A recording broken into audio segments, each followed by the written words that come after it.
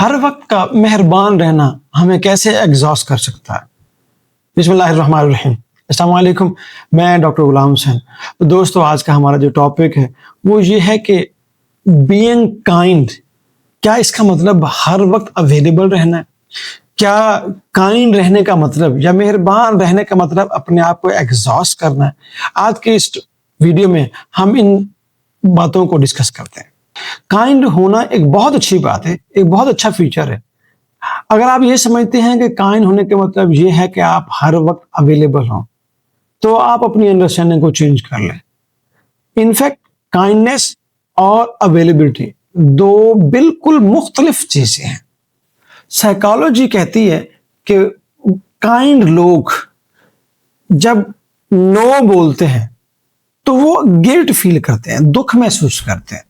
تو برین اس طرح کی ایموشنل ٹینشن سے بچنے کے لیے وقتی طور پر یس کہہ دیتا ہے، لیکن یہ یس وقت کے ساتھ ساتھ ان میں ریزنٹمنٹ کریٹ کرتی ہے۔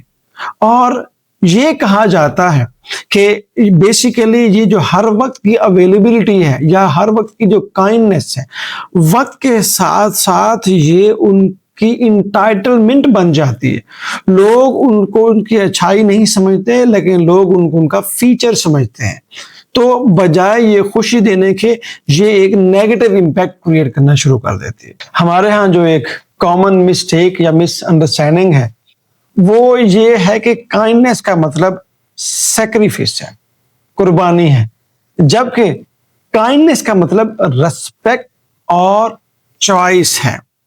اگر آپ ہر وقت کائنڈ رہتے ہوئے اپنے آپ کو ایگزاسٹ کر رہے ہیں تو یاد رکھیے یہ کائنڈنیس کے زمرے میں نہیں آئے گا، یہ سیلف نگلیکٹ کے زمرے میں آئے گا، جو دھیرے دھیرے آپ کی اپنی پرسنالٹی کو ڈیمیج کر دے گا۔ ہماری زندگی کی کچھ مثالیں ایسی ہیں جن کو سمجھ لینا بہت ضروری ہے۔ فار ایگزامپل، رات کو لیٹ اینڈ نائٹ آپ کے کولیگ یا ورکرز کی کال آتی ہے اور آپ اس کو اٹینڈ کرتے ہیں، لیکن آپ اس وقت مینٹلی طور پر ڈرینڈ ہیں۔ اس کے علاوہ کوئی ایسی صورتحال کہ جب آپ کام کے لیے ایکسٹرا ورک ایکسیپٹ کرتے ہیں لیکن آپ اس وقت خود اوور لوڈڈ ہیں۔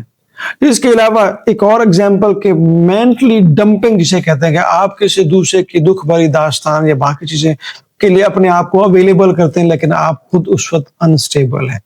آلدو یہ اچھائی کی علامت سمجھی جاتی ہے کسی شخص کے لیے، لیکن یاد رکھیے گا کہ ہر وقت ہاں کہنا اور ہر چیز کو ہاں کہنا اور ہر کسی کے لیے ہر وقت اویلیبل رہنا جبکہ آپ خود اس وقت کسی ضرورت میں ہوں، یہ آپ کو اچھا نہیں بناتا، یہ آپ کو صرف تھکا ہوا بنا دیتا ہے۔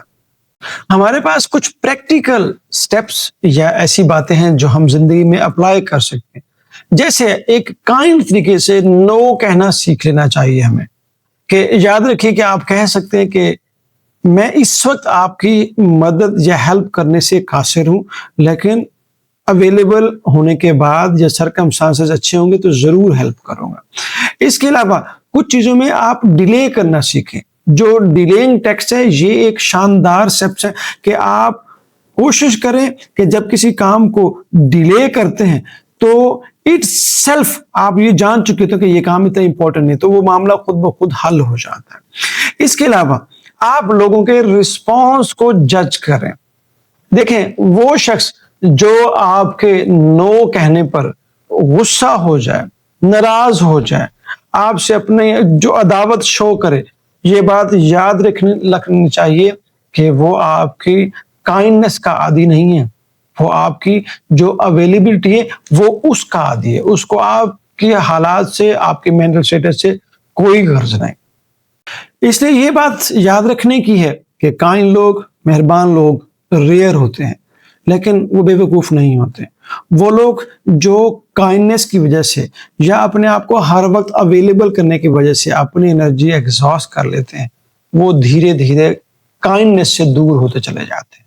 اور وہ لوگ جو انٹیلیجنٹلی یا سمارٹلی اپنی کائنڈنیس اور اویلیبلٹی کو مینیج کرتے ہیں، وہ لانگ ٹرم یا زیادہ دیر تک کائنڈ رہ سکتے ہیں۔ اللہ کے ایمان میں رہیں، خوش رہیں۔ اللہ حافظ۔